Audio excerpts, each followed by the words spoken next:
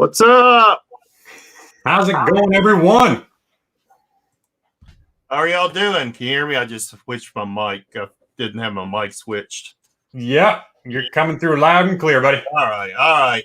Welcome, everybody, to More You Know Monday with Shelby and Jeff from Hard to Come By. All right, let's do it.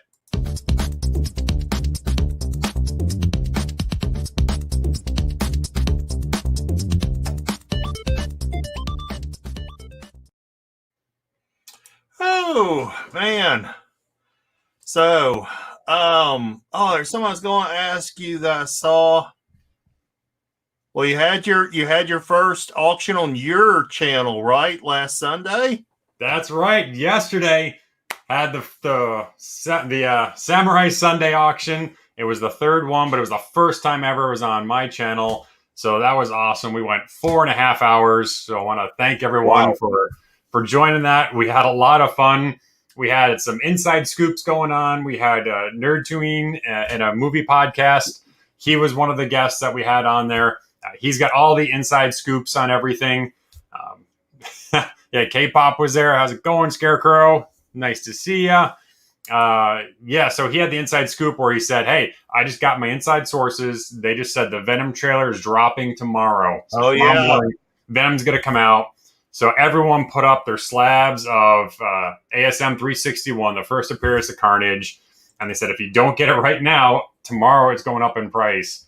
So everyone sold out of their slabs. You know, we were selling thousands of dollar slabs. It was pretty cool. Again, we had a lot of fun. We have a lot of giveaways. We gave away the first appearance of Omega Red. We gave away the first appearance of Bishop. So it was a lot of fun. Shout out to all the panelists that we had on that for there. So if you haven't checked out and you haven't subbed up to me, make sure you go over and sub that up or sub up and sub up Wild Comics. You know, we go back and forth between the channels now. And then, of course, Shelby Comics right here for More You Know Monday. Yeah, definitely. Hey, I want to say hi to a few people. So hi, Scarecrow. Hi, Gorilla Todd. So definitely go check out Gorilla Todd. I'm always there on Saturday nights on the auction. Hey, Matthew Fox. K-Pop. Who am I missing? I feel like there's a few more that's gotten past me, Jeff. Yeah, that's most of mine you got on there. Yeah, a couple of people have already came out. No, it's good. Yeah, Matthew was there. It was a blast last night. Yeah, I hate that I missed it. I think I went to sleep early, so sorry. It was a long weekend, I know. You had a lot going on. Man, last week was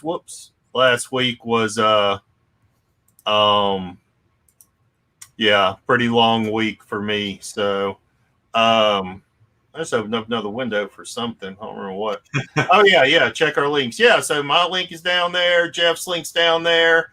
Got my link tree. You can pick up Shelby merch. We're going to have some merch coming out soon. So, you know, keep watching. I'm excited for those shirts coming out. Yeah. All right, so we're ready. Going to do some updates.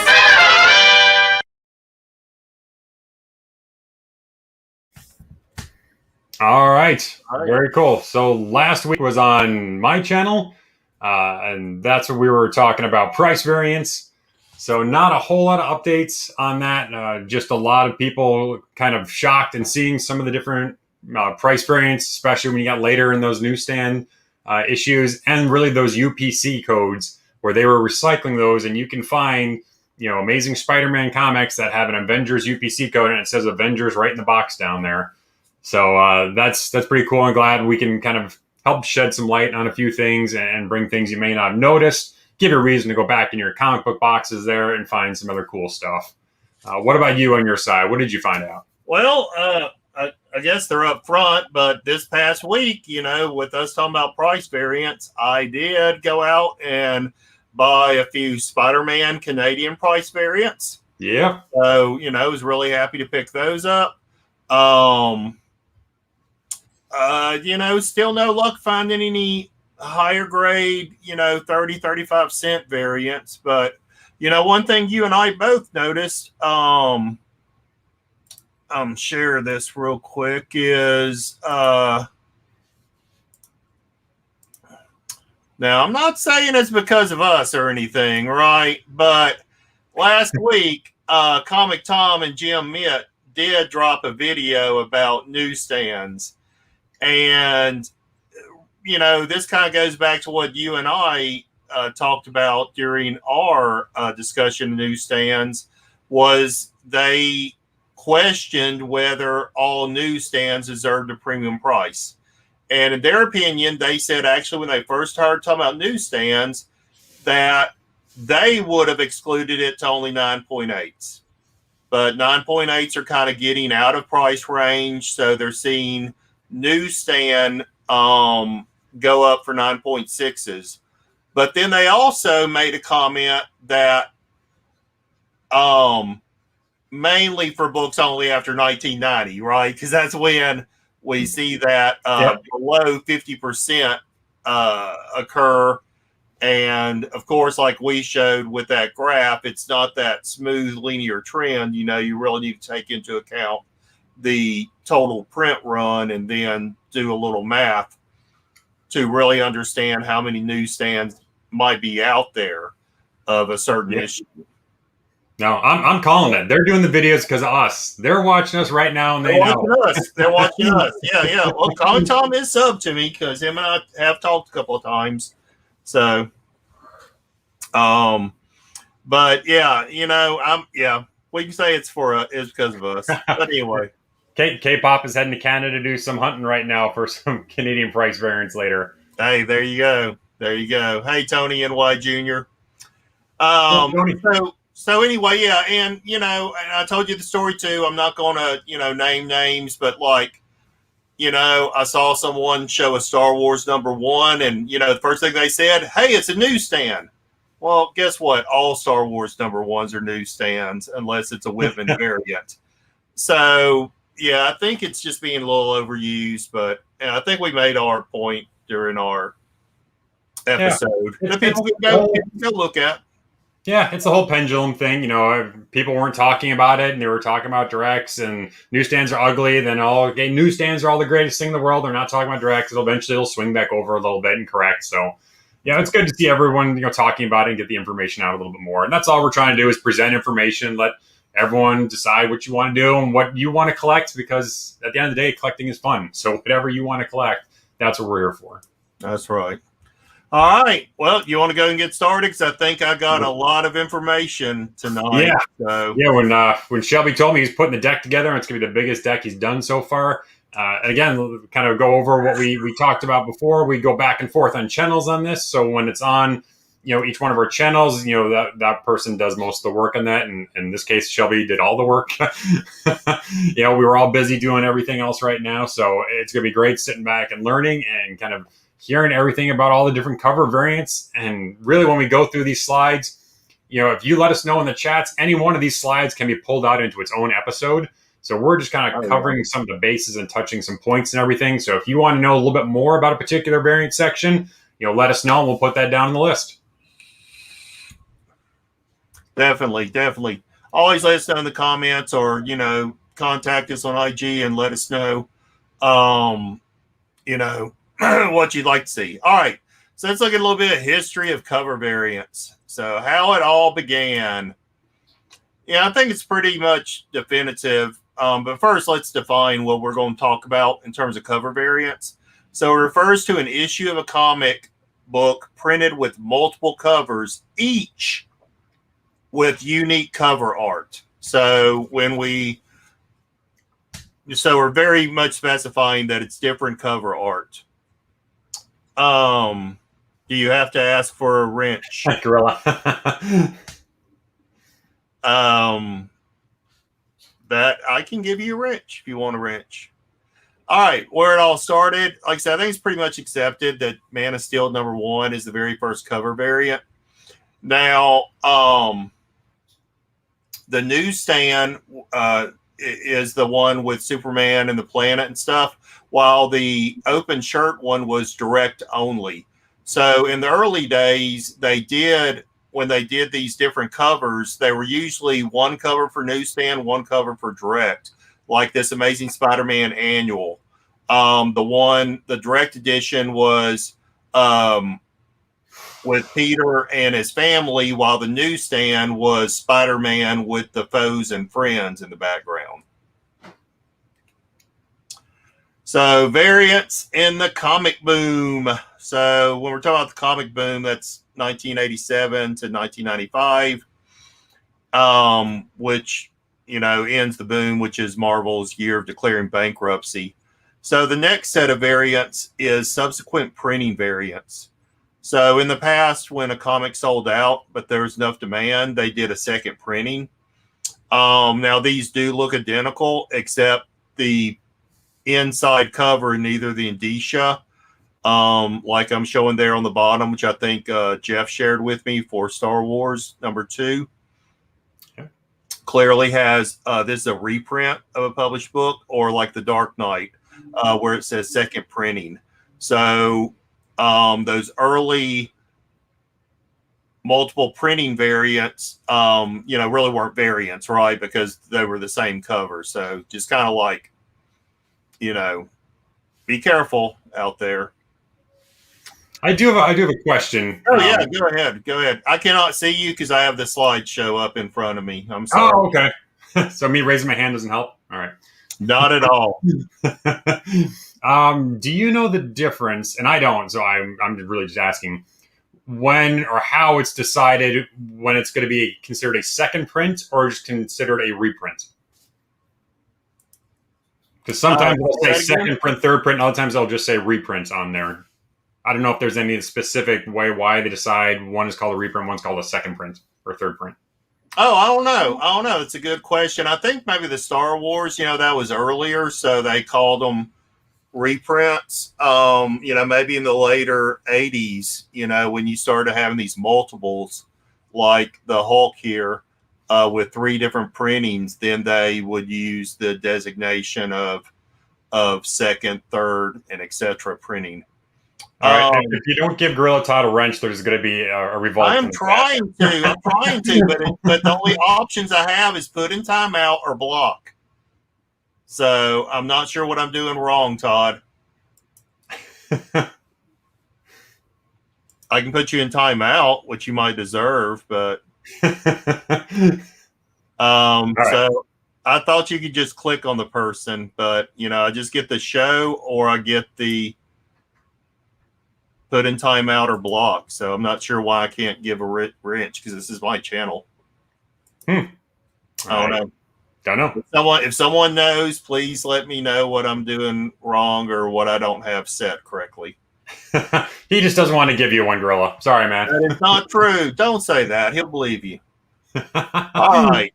So, multiple cover variants, talking about those printings, they started doing that in the late 80s. So the Hulk here is a good example, the Hulk 377, also the Amazing Spider-Man 361, that Carnage.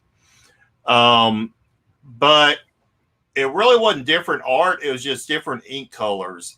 Right. And you and I, in one of our other episodes, talked about the printing process back then. That there's a reason why we call these 4 colors, 4-color printing, and it's because you have cyan, magenta, yellow, and black.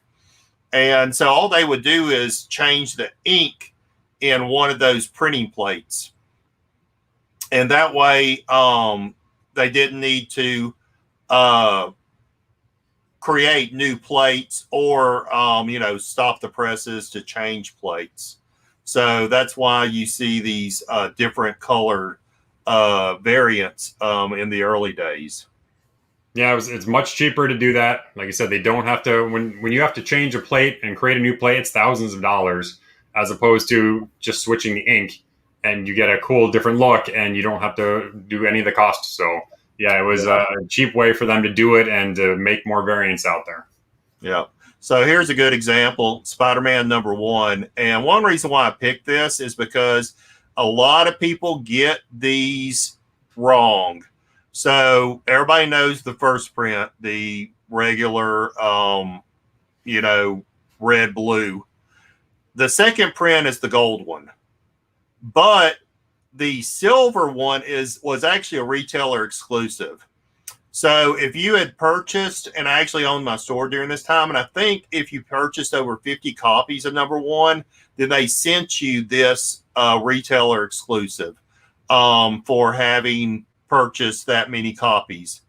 There is a third print, but notice it's in a poly bag and it says $2 on the poly bag. But if you look there in the place where there should be a price on the cover, it's blank. Now it's silver, just like the retailer exclusive. So be careful out there. There's two different versions. There's the silver with a price. That's the retailer exclusive. Then there's the silver without the price. That is the third print. And then, of course, the X-Men multiple covers. These aren't, subsequent printing variants. But, I thought it'd be good to kind of point out that this is still the best-selling comic in history. And then a couple other variants. Of course, Ghost Rider 15 is a very popular one. One of my favorites is Fantastic Four 371 with the embossed white and then embossed red. And then, of course, New Mutants 100, which is the purple, then gold, and then gray covers. And Shutterduck is saying you left out the Platinum Spider-Man, or is that the retail incentive one you're talking about? The Platinum is the retailer. No. Now there is, I think, a Platinum. Yeah, there's a higher end one, I thought, yeah. Yeah, there is one higher end, but you can easily tell that because it's a cardboard cover. It is not a normal floppy cover, it's a cardboard cover. I know. Technology is difficult. Oh, you can see the comments? Okay. Thank you, Todd. I will try to figure it out why I can't do that. I'm not sure why. I even pay StreamYard once a month. So anyway. All right. So we didn't start seeing these different art covers until the printing process changed. So in the mid 90s, computers began being used for coloring and lettering comics. And then by the 2000s, laser printing was starting to become more affordable. And a lot of art was being converted to digital. So the printing process was cheaper as technology evolved. And of course, no longer needed plates. And all they had to do was change the cover, was import a new file. So this is why you saw this reemergence, or perhaps even glut, of multiple covers that occurred in the mid to late 2010s. So, it's because of that printing process, that because it did drop off in the late 90s. You don't see a lot of multiple cover variants in the late 90s, if any at all. So yeah, it's interesting. You see some of the things. There's a couple actually books out. If you look, there's a couple of hardcover books that talk about the history of cover variants. And I'll say the DC Comics one, with the John Byrne limited series was such a success, and it was great. But then they said they don't know why then it was such a success, why there was such a gap between when they started doing it again. And obviously when you start talking about the cost associated with all that stuff, and then the printing technology was finally catching up. So I don't know how much of a success it really was, because if it was, they would have kept doing it if it was that big of a success. So it would be really interesting to see, the numbers of what that really looks like. Yeah, definitely. All right, so now all the different types of cover variants. So everything you want to know or didn't know you needed to know, or really didn't care to know, but you're about to find out. So there are a ton of different cover variants. Gorilla, appreciate you stopping by. So the first one are convention variants, or convention exclusives. And these are, of course, distributed at conventions. They're very low print runs. And depending on the company and the variant, usually they are only from about 500 to 1,000 copies. Usually can be identified by the logo of the convention, or on the front or back of the comic. And prices vary widely on these books. Like the Young Avengers 1, this convention variant, y'all know is through the freaking roof. But while others, which may have even a lower print run, you know, might be only $5 or $10. So Right.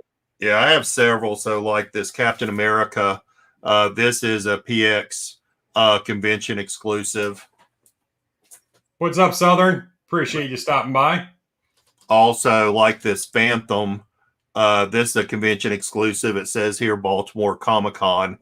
So, you know, I think really convention variants is something we should kind of start looking out for, especially since the print runs are so low on these. But you know, maybe people aren't,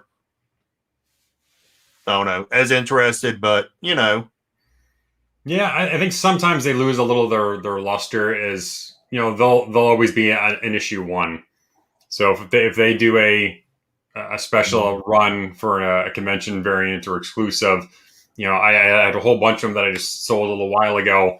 Where it was not San Diego Comic Con, it was Wizard.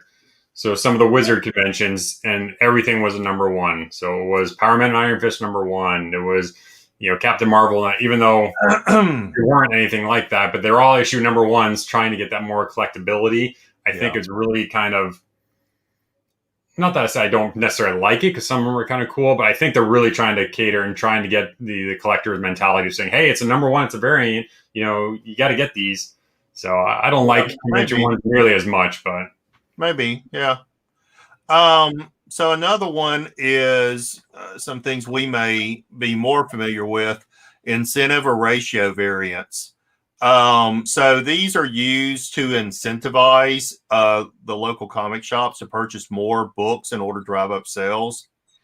So they tend to vary in ratio, like 1 to 5, 1 to 10, etc.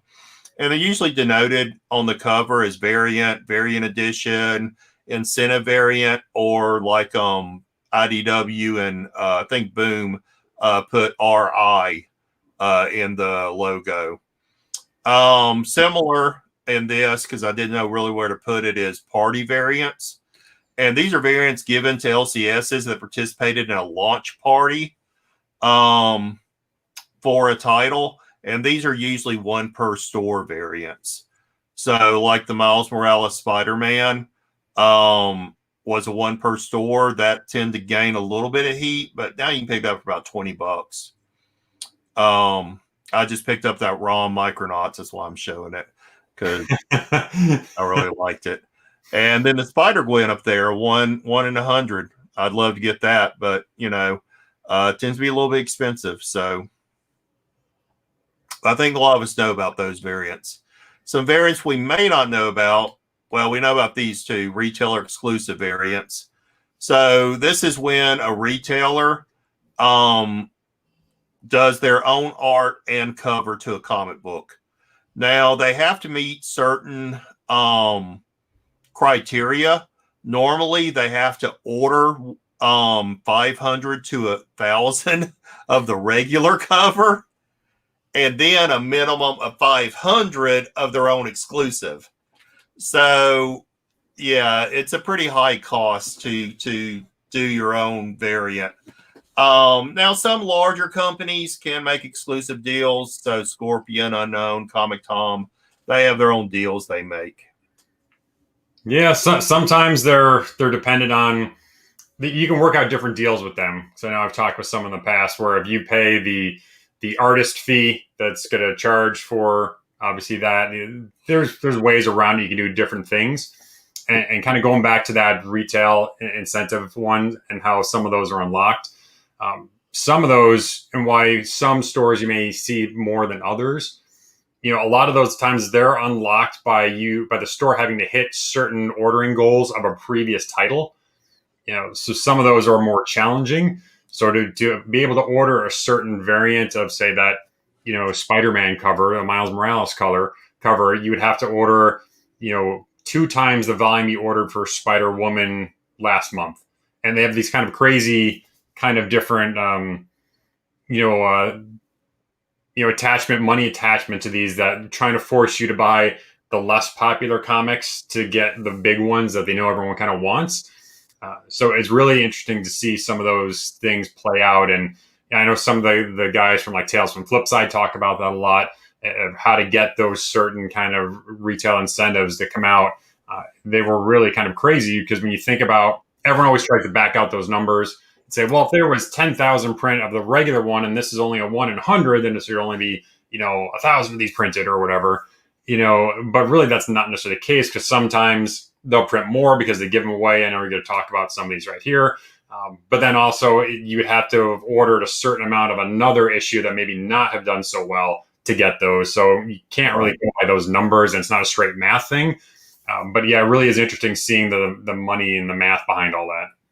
Yeah, and a lot of companies, I mean LCSs, they get those ratios for free. And then they sell them.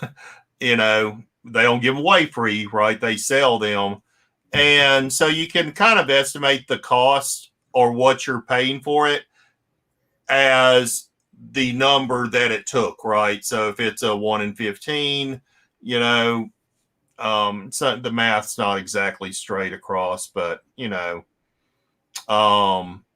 usually 1 in 50 variants LCSs will charge about $50 for them. So, but yeah, like I said, the exclusive cover ones, I showed that Tron #1. That was one I was involved in, and we had to supply our own art. So we met with the artist. We gave her I think $1,000 for the piece of artwork. We had to work with the publisher and the distributor. We had to purchase a minimum of 500 copies of the #1 and then 500 copies of our own variant to do the printing. So it was pretty substantial investment. All right, so some y'all might not know about retailer summit and roundtable variants. So Diamond holds annual retailer summits to provide retailers with workshops, free badges to other future conventions, awards, but most importantly, freebies and summit exclusive variants. Generally, most of these variants are different colorations of the regular cover, and the print run is about 500 to 750 copies. So again, a pretty low print run for some of these retailer summit variants. So it might be something to look out for. Yeah, and I heard a lot of these summits, that's where some of those ratios, like a 1 in 15 or 1 in 25, they're going to print a certain amount of those pretty much no matter what, whatever's most cost effective for them. And if only a certain amount of, if they printed 3,000 of them, but only 1,000 really qualified for the stores, then those other 2,000 go to these kind of summits like that where they're giving away for free. So they're definitely still more floating around out there. But yeah, I didn't know about these until recently too. So it's pretty cool. Yeah, they are cool. I picked up a few of them and added to my collection. I have this Star Wars one I really like. All right, open sale variants. So this is like the aforementioned X-Men #1. It is an example of open sale variant, meaning the retailers do not have to order additional copies in order to get these books, and they're usually marked as cover B, C, etc., or variant cover. Now, this is a good time to discuss understanding UPC codes so you can know what number your variant is. Everybody ready? There may be a quiz later. Captain Beardo, how's it going? Welcome. What's up? All right, so here's a UPC code on a comic book. So the first one, that 7, denotes that is a digit given to certain things. So like fresh meat, produce, things like that. Most comic publishers will use number 7 or 8. And then, like I said, some numbers are reserved for like grocery stores, like for produce or fresh meat, things like that. The next 5 digits are actually the manufacturer code. So publishers are assigned a code by the UCC Council. So here's actually a list of the codes. So Marvel, they use the number 7, and their code is 59606. DC uses number 7, and their code is 61941. Image, etc., Dark Horse, etc. So looking at this UPC code, what company published this book? The chat can play.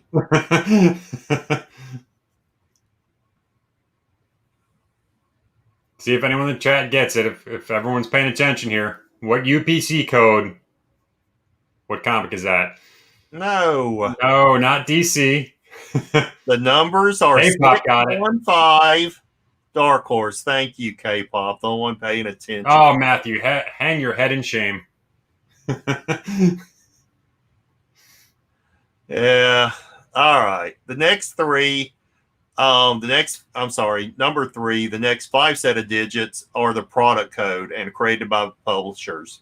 Publishers will use this unique code for a title, and will be used for all printings. Now they have to pay for this. In the last episode, Jeff showed actually where Marvel reused this code, right? So you got like what was an example, like an Avengers book that actually said X-Men or something? Yep. And then there was a Spider-Man one that said Avengers. Yep. It's all because of that code right there. It's because of that code right there they had to pay for. Number 4 is just a check digit code. So what it does is it goes to an algorithm that makes sure the math of all the others add up and there's not an error. Now, the one we're mainly interested in is number 5. So the first 3 digits of this code are the issue number.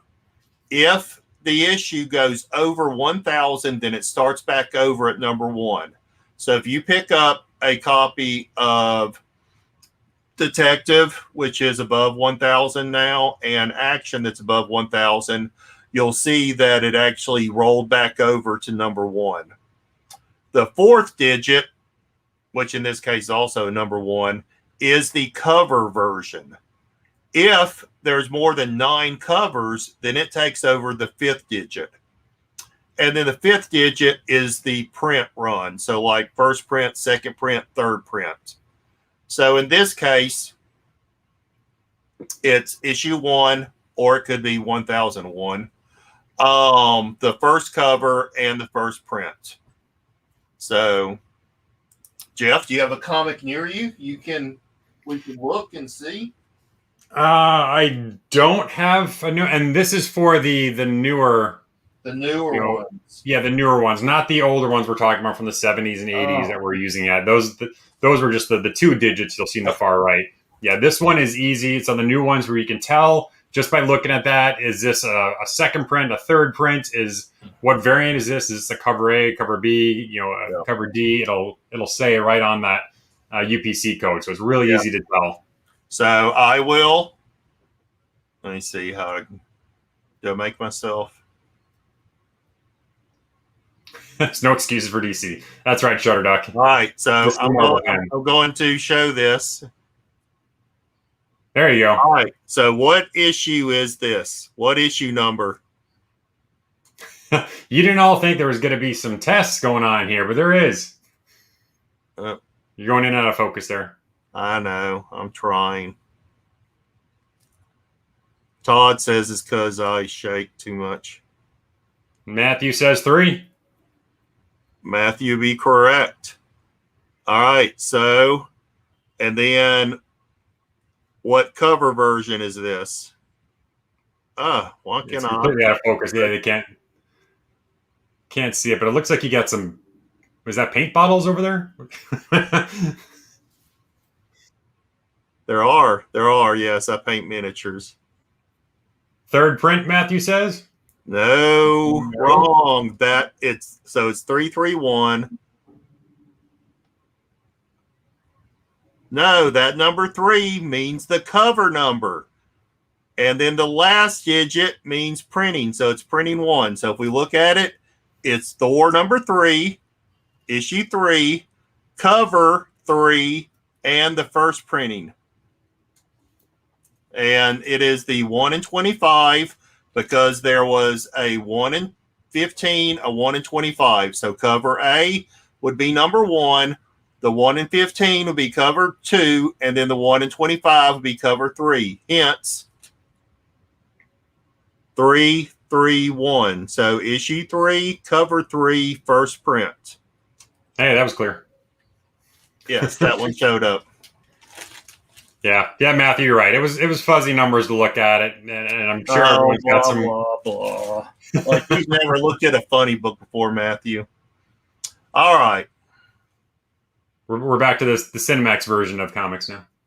Okay. All right. So now you know how to figure out what cover or what printing a book is. So no excuses.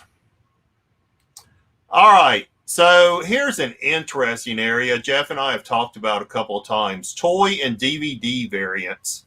So this is one area that's really gaining attention.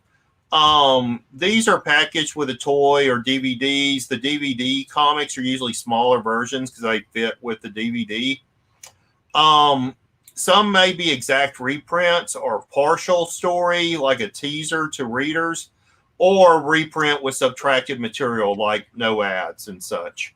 And they usually have a not for resale on the cover. So if you look at the Young Avengers there and the Spider-Man, both of those say not for resale. And of course, one of the popular ones right now is the white cover Spider-Man 2099. And we will look at that here in a little bit. So we've talked about this some, Jeff. Do you have anything you wanted to add about this? No, I just got a couple right here I can show. Okay. Yeah. As we kind of talked about, there are so many different versions, and they're so hot right now. Where it's the Toy Biz versions, the Marvel Legends versions, and then you've got the DVD ones that have the McFarlane issue 300 of ASM. All of those have been really heating up right now. And it's really kind of cool when you kind of look around and you kind of find some of these ones that actually have, you can actually see it actually has the reprint of 181 in there. Not quite this is a full-size comic actually. And there's also, things like that where you got the cool G.I. Joe 21 reprint in there. This one does say not for resale, but this is a full-size comic in there, reprinting obviously the silent issue. First appearance of Storm Shadow in there. But yeah, this is, Matthew, we talked about going down that comic little hole. I started going down that when I was looking into all this stuff saying, man, those things are really kind of cool to find those. And I've got a couple of DVDs somewhere around here too that has some of those mini comics in there. Like Constantine will have some in there. So there's a couple different versions of the Spider-Man ones. Bye now. Yeah, and I meant to. I can't reach them because they're way up there on top of my shelf. But I have 2 Masterwork statues, and in the back are comics. So, yep, yeah. This is one of the ones that I saw that I was like, man, it'd be cool if we did a separate issue or separate episode just on this because there's so many ones that came in board games. They came in all kinds of places. Then you have JCPenney, retail incentive ones, variants. So there's all kinds of cool ones that we'll find in different spots you're not sure about and you don't know about. And so all of a sudden it's worth a ton. And I think Southern actually has a really cool one I didn't know about. If you follow Southern IG, which of course you should be, he was showing the Avengers Annual 10 second print, which I didn't even know there was a second print. So, yeah, that was a cool one that he showed. And that was from one of the, I think, X-Men Legends, comic toys that he has there. So, yeah, there's definitely some cool ones you can find. So let us know if you want to see a full episode on just variants from toys and DVDs and board games. Or, like I said, any of these other ones. KB Toy exclusive stuff had a lot. You're right. Yeah, and Transformer ones are really cool too. Transformers has a whole line of comics that are dedicated just for the toys too. Yeah, and I don't know where all my stuff went. So here is like another convention variant. So it says Wizard World, Yep. Texas. You know, it's a really cool convention variant. And then getting back to what Jeff was talking about is one of the next categories is giveaway, promotional, and free comic book day variants. So this is an odd category, and I just kind of lumped a lot of stuff together. So this would include things like the 90s promotional comics, such as Dynamic Forces or Wizard Magazine comics, because you had to mail in to get those. Marvel and DC did do a few promotional, like this Man of Steel here. Trade paperback is actually a promotional comic. You can see like the Avengers assemble here. So sometimes they'll do these where it's the same cover, but a store can pay to get their logo printed on the book. And that's considered a promotional copy, not a retailer exclusive. Okay, it's two different things. This Godzilla is an example too, where the store could get their name crushed by Godzilla's foot.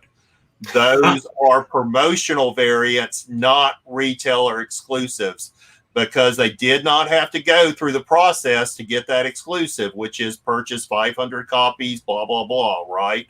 So these are called promotional copies. So one of the promotional copies, like I got from Jeff just today in the mail, Hey. was this X-Men. So this was promotional from Pizza Hut, right? Yeah, Pizza Hut. It says brought to you by Pizza Hut. And I was looking around, and today I did get a Wolverine that was a Toys R Us variant, and I can't find it now. I don't know what. Oh, here it is. So this is a Toys R Us, but these are considered promotional variants. So just to put correct definitions to what we're talking about. Man, I would pay money. If I owned a comic book store, I would pay money to have my comic book store's name underneath Godzilla's foot right there. I would pay that. That is cool. Yeah. All right. And then all right, here is Jeff's favorite time of the show. Favorite time of the show. Show me the money. And if I got to ride your ass like Zorro, you gonna show me the money. You gonna show me the money. Shit.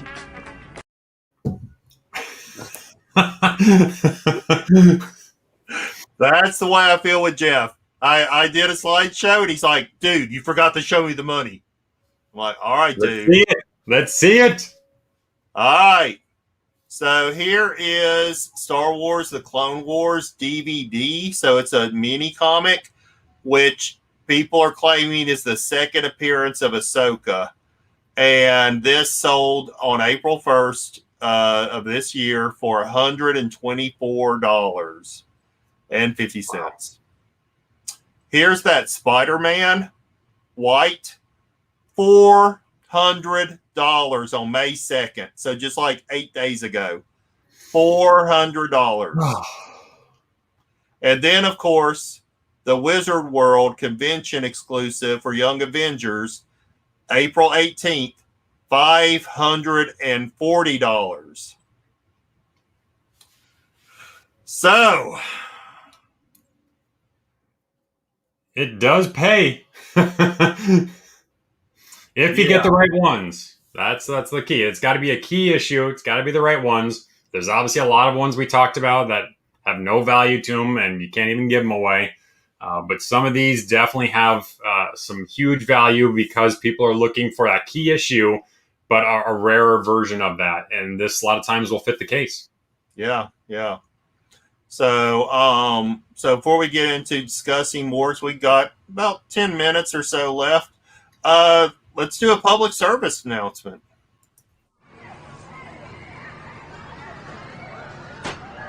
cool. Hey, I want to, check this out. Cool.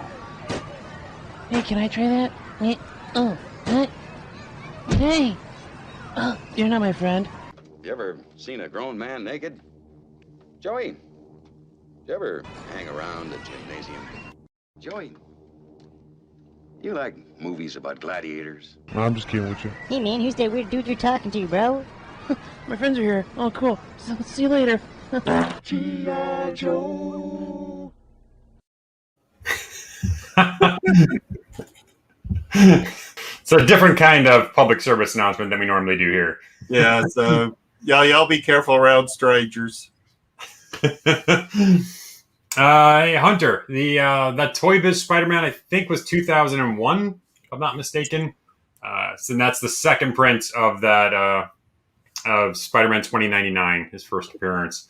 So yeah, and that one is hard. One of the reasons why, again, if you get them in high grade, we talk about how sometimes newsstands are hard to get in high grade. These comics in here, you can even see them. They get bent all over inside. I mean, they're all messed up for the most part. So getting those in a high grade, that's why you see some of those 9.8s, like that white issue one, go for a lot of money because they're beat up pretty good inside those boxes. Yeah, and also promotional comics, I think, are hard to find. Because I've got a couple of promotional where you had to mail off to get them, like Right. Wonder Bread promotional comics or things like that.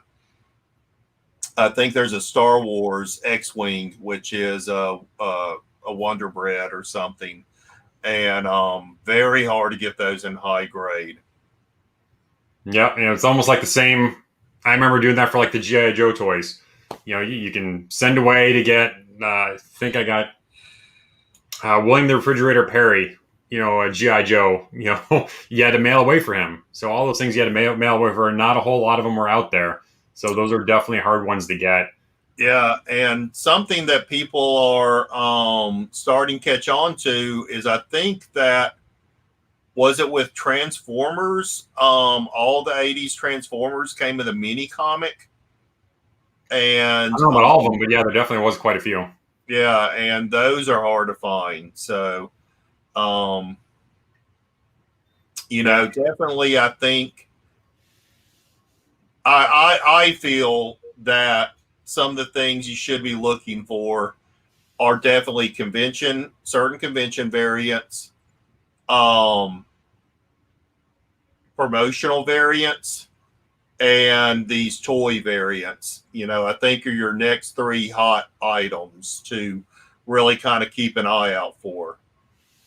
No, absolutely. Yeah, Hunter, that X-Men book was given away with pizzas. Yes. They also had the placemats there. They also, you can buy, I don't know if you buy or came with it, was the VHS tapes, of the cartoon, the 90s cartoon, and it had a mini comic book inside the VHS tape as well. So they did a huge X-Men promotion because obviously that cartoon was huge in the 90s. Scarecrow, you got it, man. I appreciate you supporting the channel. Yeah, everyone's picking up Scarecrow's comic. He's growing like crazy.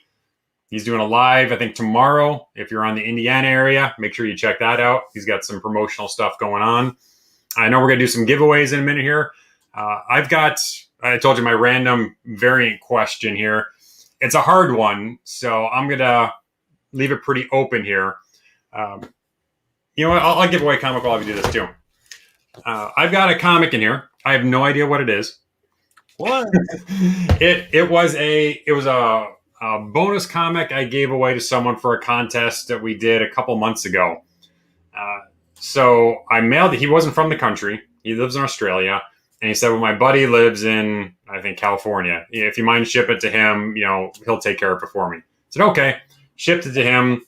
Forgot about it. Give him the tracking number. Then all of a sudden, like 2 months later, it shows up back at my doorstep. And it got returned to sender. His buddy didn't live there anymore. And it got returned to me. And I'm like, well, if you want me to ship it someplace else, you got to pay for it. And he's like, nah, it's okay. Give it to someone else. So, okay. So I don't remember what it is, but I'm going to give it away right now. And then I know we got some other variants we're going to give away. So to make this kind of easy, or easier, I should say, the question is, and then I'll narrow it down for you. The question is, what comic book, and we'll say what Marvel comic book has the most cover variants for a single issue. And I'll give it like 5 seconds, and then I'll narrow it down for you. So if anyone has a random guess of what they think, what comic book has the most cover variants for a single issue, type that in the chat. And if that doesn't come up, then I'm going to narrow it down for you. It's obviously one of the big ones, one of the big comics. Well, actually, I should say the issue is all not that particularly exciting. Star Wars #1 is a great guess. It has a lot of prints from that because they've reprinted it a bunch of times, but it's not Star Wars #1. Adam's got ASM.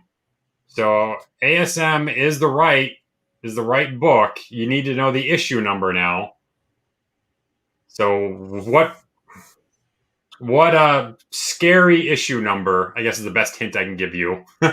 What demonic issue number do you think it would be that has the most variants for Amazing Spider-Man? Shutterduck's got it. Shutterduck, Amazing Spider-Man 666 has the most cover variants. And the reason for that is what Shelby just talked about, was store variant covers. It had 144 store variant covers for that one issue. There was only 4 main covers for it, but then they did 144 insane amount of store variants. So they really pushed that one out there. And, like we talked about, it's easier now. All they have to do is upload a file, and obviously people have to pay the money for it. But for Marvel, it doesn't cost a whole lot to do it. And they can make some extra money doing that. I guess so. It's a way to push it out there, but I thought that was a pretty interesting one. Yeah. And now all those stores reside in hell. Shutterchuck, good job. I got this for you here. I know I got your information and everything, so that's cool. Wow, record is going to stand for a while. Yeah, surprisingly, that's not actually the biggest one. The biggest one is actually The Walking Dead #1.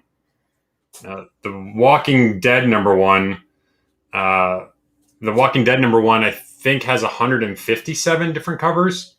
Again, because it's been reprinted so many times, convention exclusives, all these kind of things. It's printed even more than that. But the Amazing Spider-Man was that one shot, one-time deal, printed that many.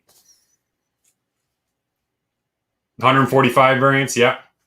Yep, Hunter, that's crazy. Shutterduck's the man, you got it. Yeah, and Card Shop Reality, yep. Star Wars had 68. Right. Yeah, Walking Dead actually had the most. So you're not even going to show the book? You're just going to send it straight to them? It's still in there. I think I still have your box. If not, I'll send it out because I know I think shipped you some stuff already. No, but I put in a new thing and I was going to mail it out to him, so I don't know what it is. You'll be just as surprised as me. It could be a Hulk 181. I don't think I'd give that one away for free, but hey, you never know. Never know. What do you got, Shelby? All right. Okay, I'm going to give away this Captain America that I showed, this PX. This is from San Diego Comic-Con 2018, limited to 4,000 copies. And then I'm giving away this really cool New World #1 limited edition retailer incentive. And I think there's only 500 copies of this printed, if I'm not mistaken. So give these 2 away. Haha, Shelby want to know the mystery comic. I did want to know the mystery comic. I kind of want to know too, but I fear it's a surprise. I did. All right, let's see. We're going to do. So what's your question? Oh, no.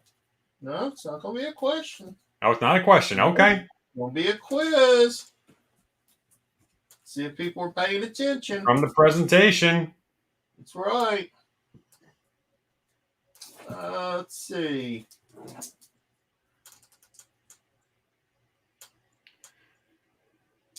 The Hardly Thin. Yeah, that has a ton of new covers.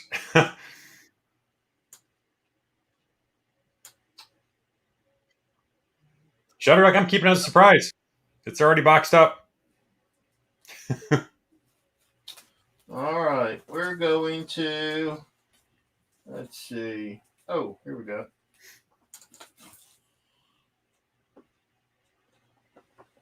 All right. So you're going to have to tell me. Well,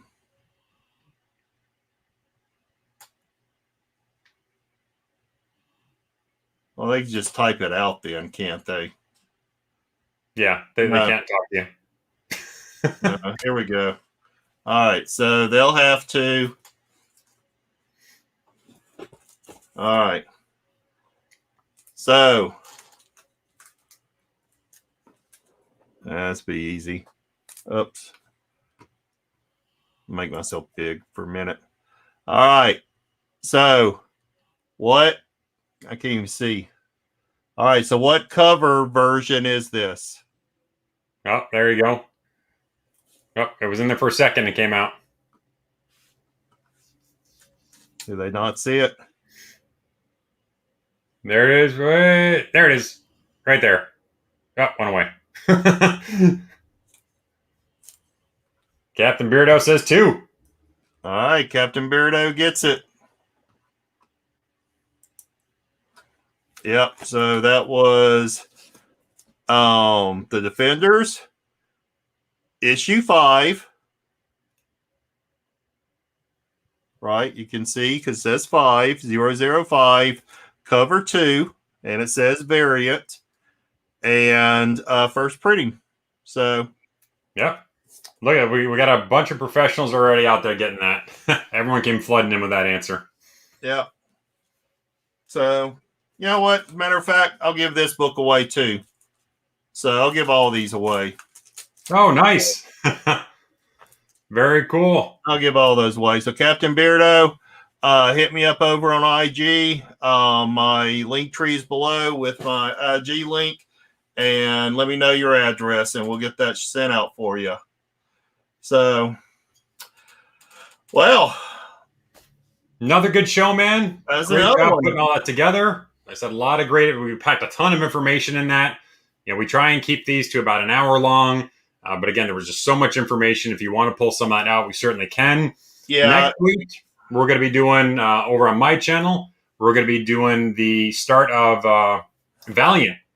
So we're going to have our first special guest star. Will be appearing as well. So we'll bring our resident expert in Valiant. Everyone in the community probably knows who that is, but he's going to be on next Monday night. And we're going to talk about how that all started and where that has gone and where it is right now. Again, just kind of another fun thing, more about the history. Obviously, we're trying to go through. We went through some of the 60s and 70s, 80s, 90s, and we're talking about everything in that kind of time frame right now. And this was just a great thing that kind of fits in the 90s that have popped up. So we're going to be talking about that. What do you got, Shelby? So, and then the week after that on my show is going to be censorship in comics. So this will take us from the Golden Age, discussing, of course, Frederick Wertham and the beginning of the Comics Code, and we'll be discussing the Comics Code. But then also look at some even recent censorship. Censorship still goes on in comics, and with stores and certain laws that are still on the books in some states. So, censorship is something that still occurs. And, we need to protect our amendment rights of freedom of press and freedom to choose of what it is we want to consume. As long as we're not hurting other people with it or, pushing in their faces, we need to, stand up for our rights, so to speak. So we're going to talk a little bit also about how we can do that, how we can support our amendment rights of freedom of press. So, and that includes comic books. Yeah, absolutely. So again, we appreciate everyone sticking around for the past hour with us. Everyone's still here. Pop, Hunter, Tim, Captain Beardo, Shutterduck, Card Shop Reality, Adam.